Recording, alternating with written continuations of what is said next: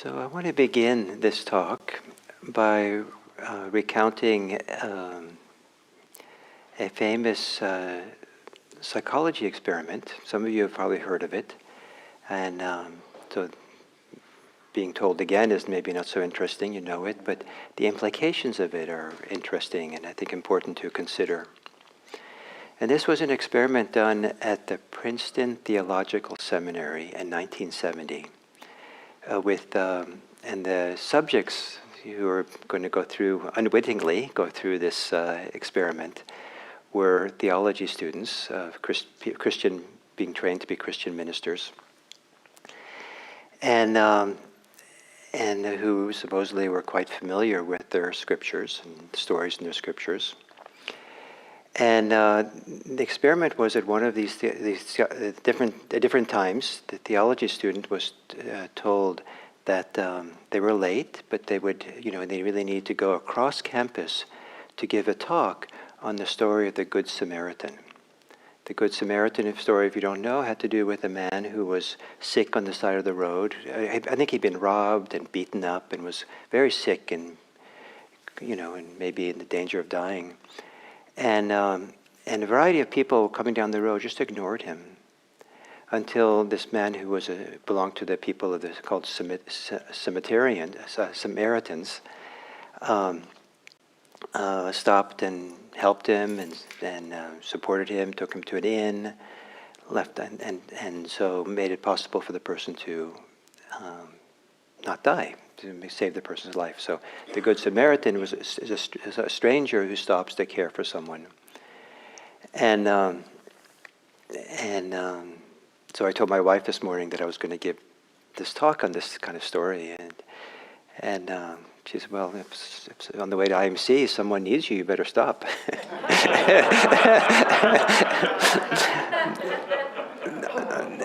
And then I thought, I should have left earlier then. So they did this experiment. So the theology students they had to go give this talk about the Good Samaritan, but they were given very little time. They were like late for giving the talk, so they were told to go across campus to give the talk. On the way there, unbeknownst to them, an actor was there, disheveled and dirty, and sitting propped up against a wall, kind of slumped over, kind of head in their hands or something, and their knees. And as the person walked by, this actor was moaning and groaning. And the study was to see who would stop. And after all, the subject of their talk was that very thing. And a great majority of the seminary students did not stop, but just kept going. And the idea being that somehow, in being in a hurry, people don't have time to help. The hurried mindset, maybe you don't even notice maybe what's there because you're so in a hurry to get something, and maybe it's high pressure, maybe they're being graded on giving this talk maybe, and so the pressure, all kinds of things contributed to, not stopping to take care of someone. And so it's kind of heartbreaking that's how it works. But so the implications of this story for us is that certainly one simple one is that if we want to live in the world in a way to help people, to help society, help this world of ours, don't be in a hurry. Don't even be in a hurry to help, maybe. Don't be in a hurry. Give yourself time. Live a different life. Because there's certain ways of living life where you don't in the mindset and the heart set to be able to notice and stop and care and come from that caring place for the world. This world of ours, for some of us, has so many temptations, so many things to do, so many demands. The more there's been time-saving devices kind of invented over the last 150 years or so, the more it gives us a chance to do more things and more things and more things. And so it's kind of epidemic in our kind of circles for some of us, how little time there is to do all the things that we can do and fill our time with. How does that affect us? How does it I think one of the ways is that it causes us sometimes to be out of touch with important, healthy, valuable places within us, because we're so distracted, we're so caught up, we're in a hurry, we're preoccupied, we're doing things rather than feeling things and being present. So in Buddhism, there's a lot of discussion of kind of opposites. Like there's greed and there's generosity. There's hatred and there's love. There's delusion and there's wisdom. And this idea that we've talked about the unwholesome and the wholesome. And when we presented that kind of simple way, this kind of divide between these two, it could almost seem like they're kind of not exactly of equal value, but have some equality to them. It's like a seesaw or something, or a spectrum. And it's one side and the other side, and they kind of have equal weight, or in that spectrum or something. But they're radically different. The wholesome and the unwholesome, this healthy place we can come from, where we can maybe, the place that might help others, and the other place which is unwholesome, the place where we're not just simply not helpful, but maybe worse, or maybe even cruel or unkind to people. They're kind of very different in a number of ways. It's not either or. First of all, the wholesome side has a different source inside of us than the unwholesome side. And this different source, this different place, the origin for where they're born, is so different that if we're interested in one more than the other, live in that source, live in that place where they arise from. The other is, it's not either or. It's in some ways possible to have both coexisting. And this is actually very important for our healing. It's very important for the path of practice that's trying to, in a healthy way, find freedom from some of the unwholesome motivations and ways of being in the world that we have. So the idea of this having different sources within.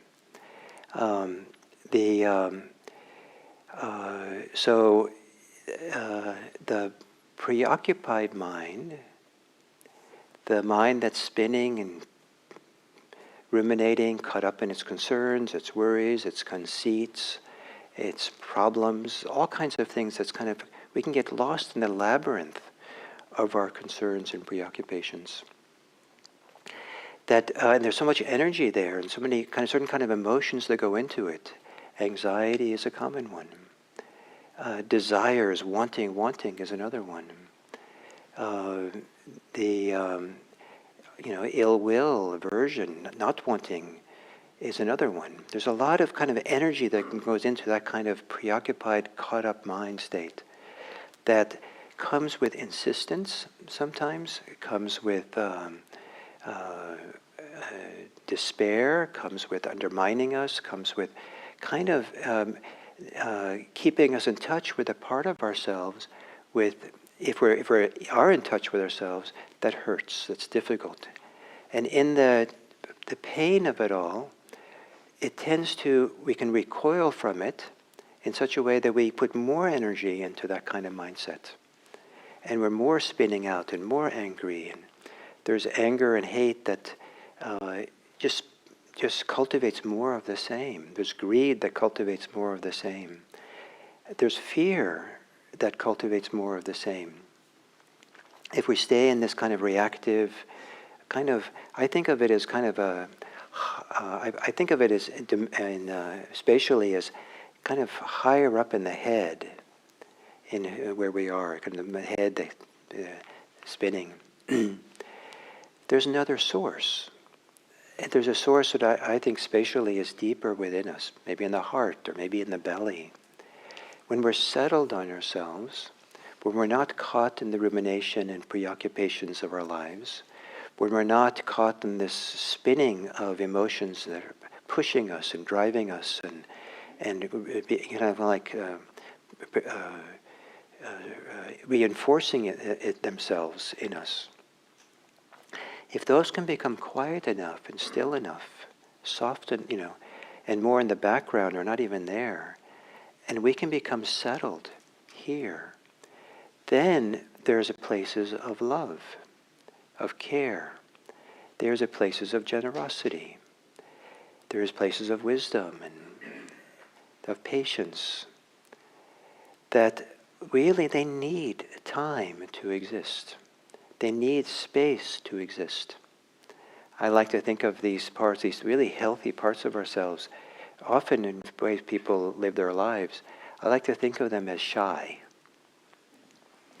And so, they're shy. They need to be given time and space and to feel safe to come forward and be there. And if we have lost in self-criticism and self-hate, lost in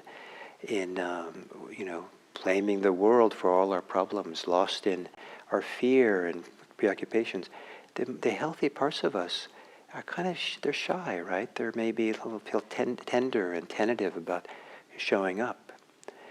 But if we could give time and quiet and openness and enough time to let these shy places come forward, enough time to give ourselves real opportunity to feel or sense the generosity, the love, the care, the generosity, all these healthy parts that exist in us, then those can condition us, those can affect us. They have an impact to live in those, close to those. If we are just and they also are self-reinforcing. And so, but we have to give time for them to be able to be self-reinforcing, support and change us and open us and develop us. And, it's not like you check it off, generous, done that. and now let's go out and get the ice cream, and I deserve it. And we used to rush around town, trying all the different ice creams until we find the right one is going to do it for us. Because checked off the generosity thing because you smiled at someone. And that's done. The idea is, to live a different way, to come from this place, to make time to feel the generosity, to feel this different source. And that's one of the possibilities that come from something like meditation. It's not the only way to do this, but it's one of the purposes of meditation, is to give time to settle and feel and open and start feeling what's this deeper place. And live in that source. Let that be the source. In case you're, interested in the pursuit of wealth over everything else, the Buddha had a response to that. He said, what comes from this source is the greatest wealth. Greatest wealth is not money and goods and material things. It's really your loving kindness, your compassion that lives within you there, your integrity. And so that's how you become wealthy. And it's a wonderful wealth because it fills you from the inside out that external wealth can never do. It's not uncommon for me to hear stories about people who are phenomenally wealthy, who are empty inside, who are, don't have any, not in touch with this inner wealth. And some years ago, there was a person in my circle of friends, people I knew, who was probably the poorest person I knew. And the way that he lived his life, I saw him as the wealthiest. Materially he was poor, but in terms of how he lived his life, not just how he felt his life was, but he just liked the feeling of abundance, and it was quite inspiring to me. So to really appreciate this different source of what motivates our life, what animates our life. And I would like to suggest that there's no one but you who can take responsibility for that, where you come from, what motivates you deep down inside. There's no pill that can do it for you, I think. I hope not. There's no one else who can do it for you.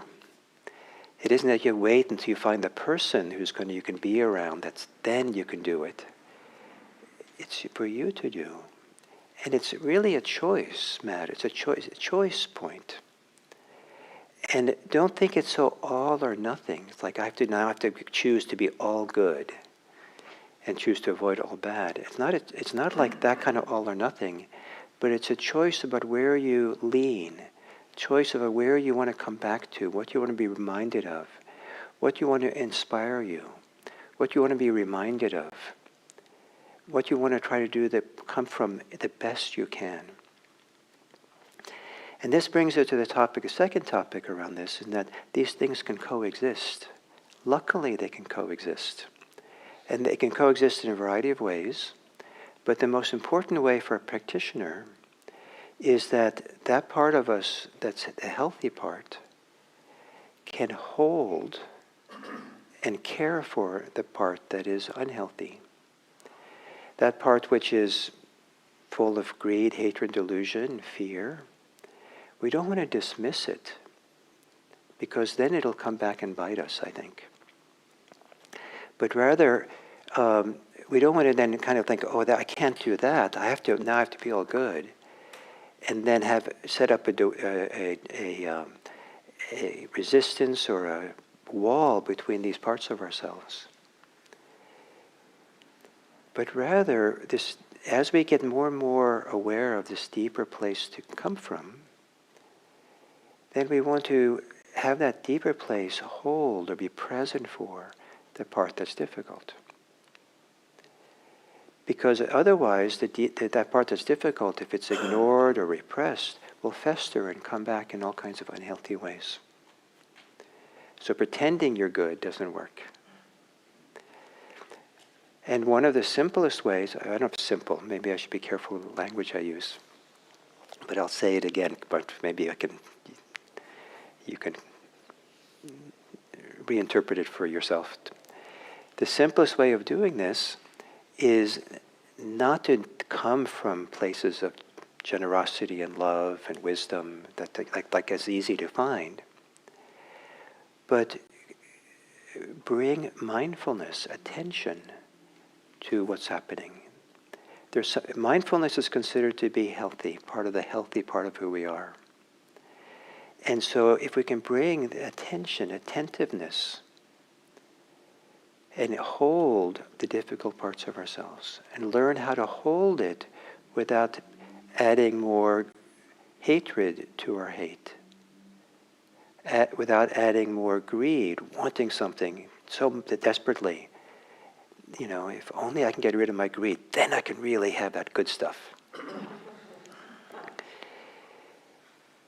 Or feel like I'm a bad person because I have delusion. I'm supposed to be wise. I better get more books and read. Then I can practice. But rather, these parts are rather difficult. Almost like it's useful to think of them. They need to be healed. There are parts of us that are kind of wounded or broken or hurt or undeveloped. And so to hold them in awareness, to hold them in our goodwill, to hold them in friendliness, to be present for them, make room for them, not so they can motivate us, not so that they drive us anymore. The driving force, hopefully, is this more healthy place. As whatever degree that you can access it, whatever small degree. And from that place, to hold what is unhealthy or that needs to be resolved or settled or healed. And some of us have a lot of pain, tremendous amount of psychological, emotional, even physical pain sometimes, that's associated one way or the other with how we live from this different source. And some of it is because the deeper source, the deeper parts, the tender parts, the shy parts, have been hurt, have been betrayed. Society, people do all kinds of terrible things to each other. And so all kinds of things make it difficult even to be in that deeper place because of the pain. And so part of this, we can do both. Means we learn how to be present for the pain, difficulty. we don't dismiss anything, but we allow it to settle, to open. And slowly we begin to more and more at home in this place of a deeper source, this deeper wellspring for the emotions, the motivations that, according to this psychology experiment I discussed, were considered, I think they were considered more the helping dispositions, the helping. And the world needs more helpers, doesn't it? I think that there's not enough. But there's a lot. There's plenty. So some of you have probably heard the famous story that Mr. Rogers told of his childhood. When he was young, a kid, and there was some catastrophe in the world, terrible things happened in the world. I think he grew up during probably World War II. And his mother would say, remember the helpers. In many situations, there are more people helping than the people who did the terrible things. Remember the helpers. So what about the helper in you? What about you living from a place of care of this world? Not because it's an obligation, not because you should do it, but because you will do that in your own personal way if you can find that deeper source within. If you can rest there, come from there, and learn to be very careful to recognize the difference between these two different sources for your behavior, your speech, and even how you think. The source from which the life comes is crucial to who you are. And many people don't know that there's these two sources. Most people think that the spinning, ruminating, difficult, challenging, preoccupied, reactive kind of mind is what there is. It's all they've ever known. And it's a radical thing to begin discovering slowly. Maybe at first it's just trusting it's possible to begin finding your way to this other source within. And thinking that it's shy. That if you want to receive the benefits of it, you have to spend time there, close to it. So for example, if you get in touch with this little bit during something like meditation or other things you do in your life, when the meditation or whatever thing is over, don't live the checklist approach to life. Okay, done that, and then pop out of your meditation and rush off to the, to kind of figure out what the best Netflix is to watch, for you to be watching on your commute to work while you're checking emails, and the news has to be, and it's like, don't do that right after meditation.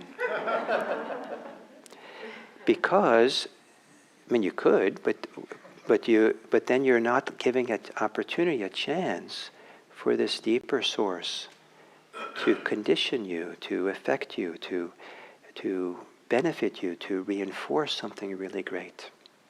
We have to live a different life if you want to have a different life. If you want to have a different life but not change anything, it can't be a different life. So,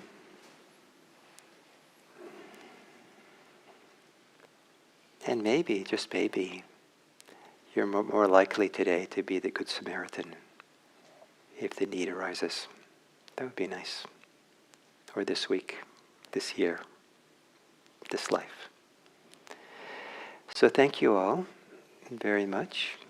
And as I said earlier, those of you who would like to come and now and meet outside.